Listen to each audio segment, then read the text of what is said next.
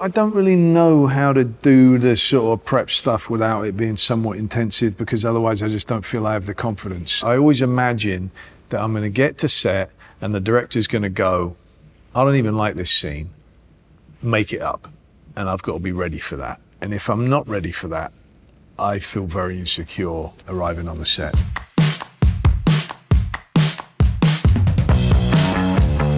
American Psycho. New card. What do you think? Whoa, very nice. Look at that. Picked them up from the printers yesterday. Good coloring. That's bone.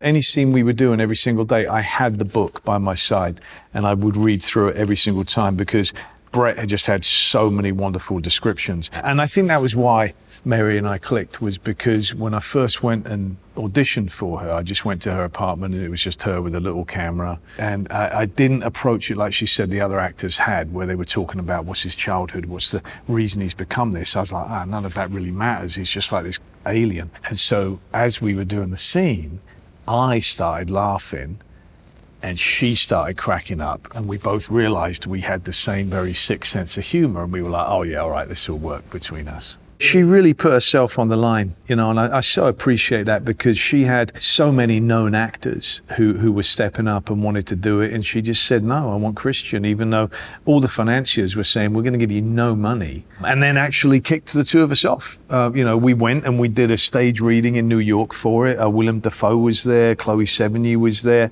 and Bret Easton Ellis was there, and then we got the money, yay! But what our agents forgot to do, our agents at the time, forgot to do, was to include us in the package. And so we raised the money and then they said, right, and the two of you, bye-bye. But I went a little bit psycho myself in that I just said, no, I'm still making the film. And even though other people were cast, other directors were on board, I just kept on prepping. And I would call Mary up and she would say, Christian, they've given it to other people. And I was like, yeah, no, it doesn't matter. We're still going to make it. And she was like, ooh, he's lost the plot. And all my friends were saying that to me, like, what are you doing? And I was turning down. It wasn't like I was getting offered much, but, you know, a couple of projects, not very good ones, I turned them down and kept on going. And lo and behold, look at that, it did eventually come back. So that felt like a great victory. Don't doubt your gut instincts, you know, always listen, always be aware of the style that the director's looking for. But understand, you're always going to bring something unique from anybody else. When there still was the Wall Street trading floors and everything, I went and visited, you know, all different levels of people at Wall Street. But the guys on the trading floor, when I arrived there before making the film, I got there and a bunch of them, they were going, oh, Patrick Bateman, and patting me on the back and going, oh, yeah, we love him. And I was like, yeah, ironically, right? And they were like, what do you mean?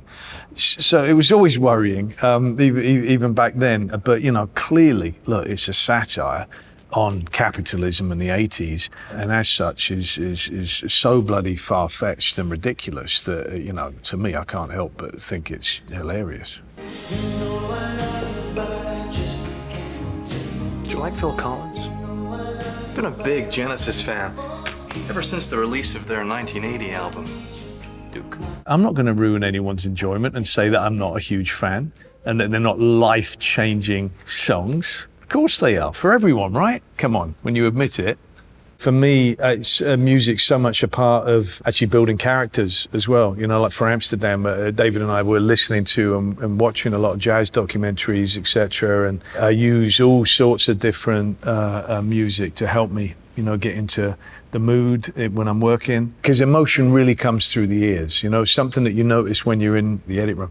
You really see how you can see the visual, keep that the same, but change the music, and it absolutely changes the way you feel about it. So it's such a, you know, joy of life. Get a goddamn job, Al. You got a negative attitude. That's what's stopping you. I remember somebody threatening me on the street because some people did object to the film getting made and all that. And I remember people saying that they were going to do me harm and stuff like that, you know. And I would actually go like, I remember somebody warned me, must have been a friend of mine who was crazy early on the internet. And they warned me, they called me up and they went, there's some person and they know where you walk every single day and you go down this back alley and they say that they're going to jump on you and they're going to rip your cerebral cortex out of your head. So please don't go down that alley. So of course I was like, I'm going to that alley. I want to see what happens. And unfortunately, nothing. I kept walking up and down it going, where are they? Come on. What's... But nothing ever happened. Batman. I'm Batman. weirdo, right? Jumping around town at night in a bat outfit. In many ways, in the same way that people were telling me, hey, you can't go play Patrick Bateman, it's career suicide. And I was like, bring it on. I definitely want to do that. Other people also said, hey, you know, if you play Batman, that's it. You're never going to play anything else again. You will always be Batman. And I went, bring it on. Let's see if that happens. Because I just always felt like, look, if I don't have the skill to be able to rise above that, then I don't deserve to either. I absolutely know and cherish the fact that that will be the role I'm probably remembered for most, you know, ever. He's an iconic, you know, larger than life role. But I don't view it really as, oh, being stopped in the street. For me, it was, I could pay off my house. That's a huge relief, you know. That was a dream of mine since being a kid. So I really appreciate that. I thank Chris Nolan no end for that. You know, the experience of actually working with him, of course, and we went on to make, you know, 4 films together. But the fact that that allowed me to make so many other films. You know, for instance, it took Mary a Herculean effort, which I so appreciate, to get me cast in American Psycho. Post-Batman, it got a little bit easier for directors to suggest me and financiers to say, okay, yeah, we'll take him. You've got the wounded child who never moved on from the atrocity and tragedy that happens to him when he loses his parents. And then the kind of monster that represents, you know, all his anger, and that he, you know, concentrates, focuses into this character of the Batman. And then the kind of charade, which is the playboy, apparently vacant and that no one would ever suspect of having any beliefs or causes ever in his life. Most of my recollection of making Batman is sitting doing crosswords by myself in a blue tent with very uncomfortable stuff on because they wanted me ready in 15 minutes at any given go. So I was always sitting there and these things going, 4 down. Hello, is anyone out there? Come on, I want you to do it. I want you to do it. Come on, hit me. Come on, hit me. Come on, hit me. Oh! Hit me. Heath Ledger, who, oh my God, you know, what a performance, what a pleasure to have gotten to work with him and just to see him, you know, and how much he put himself into the Joker. And I was watching it going, yeah, this is absolutely fantastic. Are we in trouble here? Of when Chris and I first sat down, we said, you know what the problem with Batman is that the villains are always more interesting, right? And so Batman actually, he's very close to being a villain himself. So let's never let him become dull by comparison. And unfortunately, I was sitting there going, I'm feeling a little bit dull by comparison because Heath is just like killing this. And but I'm so proud of that film. I love it. The Dark Knight is absolutely extraordinary, you know, and it was such a pleasure to have gotten to work with Heath. I don't want to kill you. What would I do without you? Go back to ripping off mob dealers? No. You complete me. You're garbage. You kills for money. Don't talk like one of them. You're not. Even if you'd like to be. He was a wonderful go-kart driver, racer. Yeah, we went and raced go-karts, and holy crap, he beat all the stunt guys and everything. He was quick. When we went to the track, we thought, of course, the stunt guys are going to win, and then suddenly Heath wins, gets top place, and then very quietly mentions, yeah, my dad was a go-kart racer. Very talented individual and a great soul to be around. Yeah, I miss him greatly. The Fighter.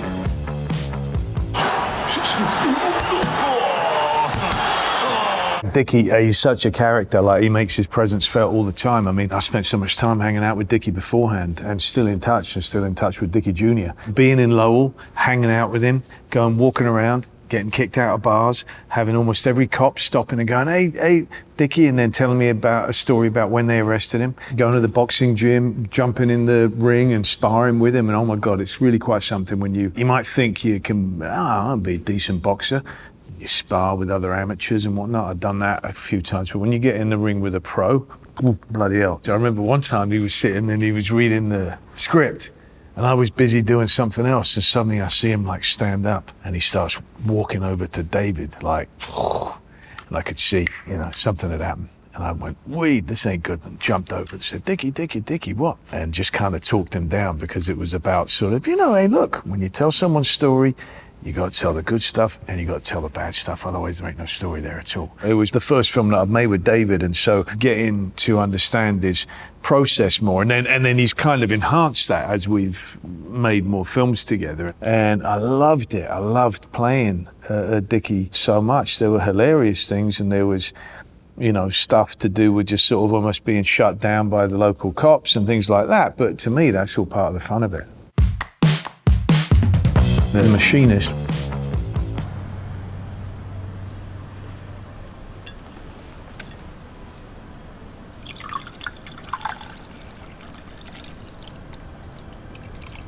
You okay? Don't I look okay? Brad, when I turned up, was really stunned at how much weight I'd lost. He went, "Oh, you really did it." Like, he didn't think I really was going to. That was just a outward show of his guilt and being eaten alive, literally, by guilt. I'd come off of making a couple of films that I'd been less than satisfied with, and just really wanted something where I could become immersed and obsessed with it. I remember at the time it was like not the smart thing to do because there was no money in it, and it was like, oh, bloody hell, I'm going to lose my place where I'm living, and I was quite newly married and all that. So it wasn't the business smart thing to do, but I've never been smart in a business way. But it was something that I really wanted to challenge myself and kind of see, could I achieve that? Could I fulfill how I imagined the part of Trevor should be played, and testing myself. Hey, perfect fit. A lot of times, actually, I would sit there with headphones in, but I wasn't listening to anything. I was just pretending to listen so that I could actually hear everything that was going on, but nobody thought I could. Also, at the time, I was engaged in a very filthy habit of smoking, so I was rolling my own cigarettes and sitting there puffing away. I did read numerous things. I remember, because of the conversation with Brad, the director, I read Crime and Punishment, but then I was reading a lot of Light Affair as well. The main point was that somehow losing all the physical weight put all the energy into my brain, and so I only slept 2 hours a night, and all I wanted to do was read. And so I would just sit and read endlessly, and I found that I could read without stopping and needing to move or get a distraction. I could just sit and read for 10 hours straight without moving a muscle. Yeah, I can't do that now. The Big Short. I've been very clear. People will withdraw their money. George, that would be so stupid. I mean, if the fund's capitals drop too much, then the swap's contracts are voided, and then the banks get to keep all of the collateral. Wait a minute. Wait. All of it. What? The contracts are voided? The contracts are voided? I had a wonderful day where we sat in his darkened office together and just chatted, and they had scheduled all these things for us to go out and about and do different stuff, and we ended up doing none of that because we just enjoyed talking with each other so much and had just an extraordinary day. And he was so helpful, and then he came to visit the set, and then we keep in touch from time to time, and he's an extraordinarily special guy, and wow, what a role. And also my first time working with Adam, which I just loved. He's something else. It's like with David. When you get really great directors, they're very unique in the way that they work.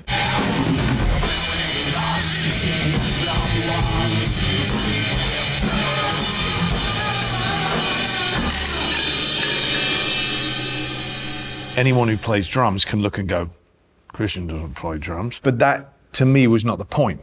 The point was not that Michael Burry was a shit-hot drummer. It was that he took his anger out on these drums, and I was just shattering the drumsticks. They were flying across. The crew had to all put shields up because so many of them were flying at speed at everybody. I love to get to interview people. I love to get to really study them in an obsessive way that you wouldn't get to usually. That's part of the joy of the job for me. Advice. Since that you're a kinetic leader, you make decisions based on instinct. I am. People always said that. Yeah. Very different from your father in that regard. All right, let's dig a bit deeper and go do the very unlikely thing of me play Dick Cheney, which I was like, what? Adam, are you hi? Usually they don't allow special effects makeup artists that much time to prep, but I said, no way, we've got to have, months and months and months to get anywhere close to something that can work here, because it's the movement, Thank God, we had people who were patient enough with me to just kind of keep going and keep going and keep going until eventually going, all right, I think we're in the realm. A wonderful experience working, with Adam. He uses a mic and will kind of just chuck out lines and chuck out ideas and try saying this instead. Not improvising, but suggesting lines and nudging you in the right direction, but you got to be prepared to pivot and be on your toes, even though Cheney's very not somebody who you would think of as being on his toes. He's very much like flat-footed. But yeah, no, really enjoyed the immersion that took, even though it was like the 4 hours in the chair and whatnot. I had never believed that it could be possible that I could play him, and to give it a shot is it was a wonderful risk. You have authorization to shoot down any aircraft deemed a threat. Presidential authority? That is correct. All orders are Unideer. Unideer, sir? Unless otherwise directed. Mr. Vice President, are we sure these are the proper rules of engagement? The country is under attack. The ROE is fluid. Well, he was very brilliant, you know. He is. He is a brilliant man, you know. Whether you agree with what his intent, you know, was and is, there's absolute brilliance and intelligence there, you know. He rose incredibly quickly for good reason. He understood the machinery of politics better than anyone else did, and so he could manipulate that. And for someone who was absolutely awful at like retail politics, you know, he had no interest in kissing babies or whatever. He was very interested in the true mechanics of power and how that works, and there's nobody better at it than him. Empire of the Sun?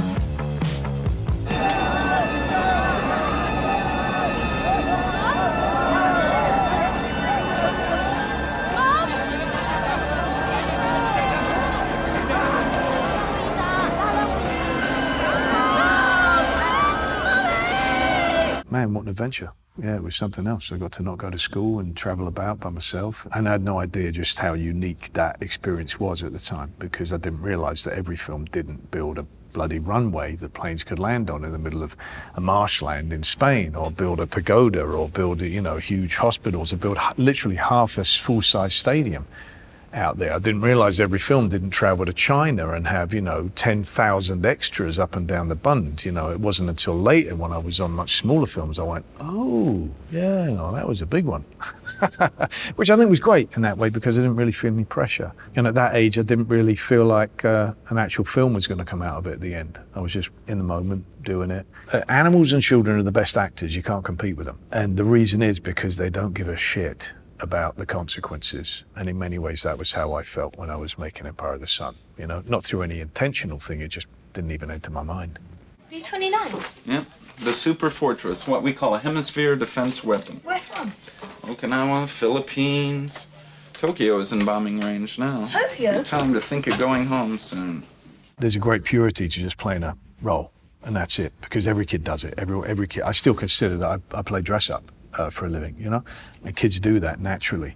It only gets spoiled when adults come in and ruin it by bringing money and expectations and you should do more, etc. That's when things go wrong. I never felt that while I was filming.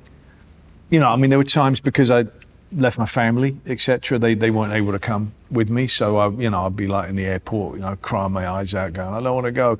But when I got there, man, I was loving it and I was enjoying it no end. But then it was when I started doing the press, I didn't get that. I couldn't understand that. And I didn't understand why I had to keep talking about the same thing all day long. And I was starting to go insane, and then people follow me around or whatever. And so that was when I went, oh no, this isn't for me. But I always focused on going, yeah, but I really did love doing it itself. So let's try to figure it out so I can deal with this part of it and not have to stop doing the bit that I really do enjoy. There's a price for everything, and it's once you get your head around it, it's a very small price to pay for getting to tell stories. And I recognize, and I'm so grateful for what I do get to do. Amsterdam. How can I know this is you really in the picture? Yes, sir. So, well, I'm the doctor. She's the nurse. He's the attorney. We all met in Belgium, which, if you recall, is where we met for the first time. To Bert's someone who's in experimental medicine. And likewise, so with his brace, you know, it's something that he hates, but he can't be without because he's got such terrible injuries, you know, to his back and his spine and everything like that. So, no, I just kept on all the time because also you see it through the suit, you know? It's kind of like two little bumps of the metal sticking out, you know, and if I can avoid acting, I do avoid acting. Like if you can just really do it and be uncomfortable, why bother pretending to be uncomfortable? Just be uncomfortable. It was a practical thing because, you know, these were very rudimentary back braces, not like anything that you would get today. These were things that he had kind of made himself in the same way that he's working on creating medicine that can help these returning war vets who weren't given a damn bit of help. You know, they were meant to be returning heroes, and absolutely nobody treated them like that. It was despicable. And who were all suffering from PTSD, but nobody recognized that at all, and these terrible, terrible injuries, but didn't have the right painkillers or anxiety pills or whatever. David and I, we wanted to create characters that we loved, that we wanted to hang out with, characters that just refused to be beaten down by life despite everything that life had thrown at them, that they remained optimistic, refused to be cynical whatsoever. Eyebrows up was kind of our mantra. Where is my eye, Harold? Right here. Yes. You leave me here with this invalid when you know very well that I think she should be hospitalized. It's for her own good. I do remember that both of them looked a bit shell-shocked on the very first day of work because they hadn't worked with David before. We'll film the script, but then he will just throw different lines at people, or he'll just change the lines. No, don't you say that, you're going to say that now. And he'll be laying on the floor underneath here, and then he'll crawl during the scene over there, and then he'll be up behind the camera over here, and then he'll just say, change everything and go do that. And I love it, but David would occasionally come to me when he saw someone was just sort of looking like a deer caught in headlights and say, oh, can you go be the ambassador and just explain how we're going to do this? And then everyone got into it, and then it's really joyful and just a very, very satisfying experience. And Margot and JD just embraced it. You know, and then I would go off and, you know, I'd telephone him and go, I sound like a stalker, but I'd be like, there's a dude I'm following down the street. Oh my God, he's fantastic. I'm going to use this for Bernie. He's like, great. And then I'd tell him that.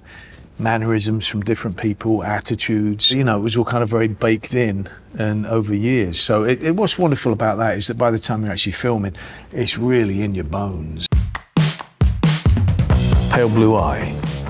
There's so many good actors. I tell you, lately I've been so blessed with the different amount of talented actors I've gotten to work with. And so it was a real pleasure to work with all them, but let me just focus on one, and that would be Harry Melling, because Harry is just a really superb actor. And so I just enjoyed any day that we got to do scenes together. Scott Cooper and I have worked together now. This is our third film. I love working with Scott, and this was something that we've been talking about since like 2012 that he had been putting together. He is prolific beyond belief in terms of his writing. He went and did different things, I went and did different things. But just the period of it, the gothic sort of crime nature of it, the sort of fun origin story of Edgar Allan Poe and what might have made him into such a master of the macabre, and why he was so comfortable and enjoyed that way of thinking and trying to think about, okay, well, what let's create a character that could have inspired all of that, and that also keeps in the vein of an Edgar Allan Poe story itself as well. So, and I think Scott's done a superb job again with that.